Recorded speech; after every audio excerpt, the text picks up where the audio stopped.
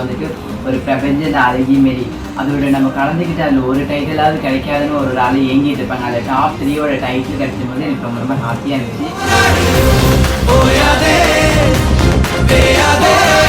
Miss universe திருநங்கைகளுக்கான போட்டியில தமிழகத்தை சேர்ந்த திருநங்கை 3ஆம் இடம் பிடிச்சு சாதனை படைச்சிருக்காங்க.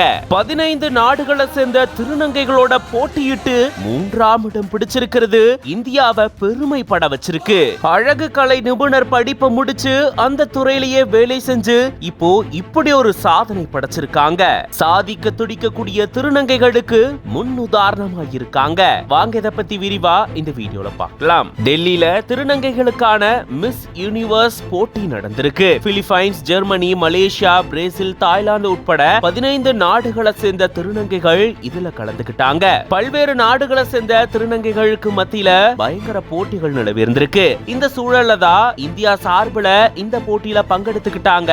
நாகப்பட்டினம் மாவட்டம் நாகூர் அடுத்த வடக்குப்பால் பண்ணைச்சேரி பகுதியை சேர்ந்த திருநங்கை ரஃபியா அப்படின்றவங்க.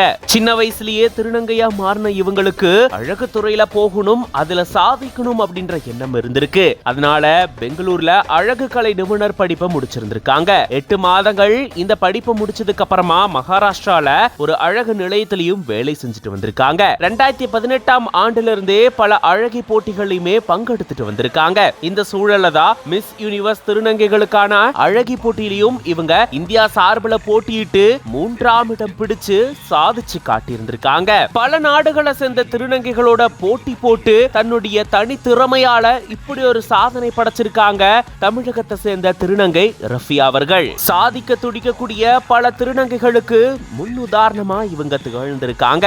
இவங்களுடைய சாதனையை பற்றி நீங்க என்ன நினைக்கிறீங்க அப்படின்றத கமெண்ட்ஸ்ல சொல்லுங்க. மேலும் பல செய்திகளுக்கு பிஹைண்ட் வுட்ஸ் பேஜை ஃபாலோ பண்ணிக்கோங்க.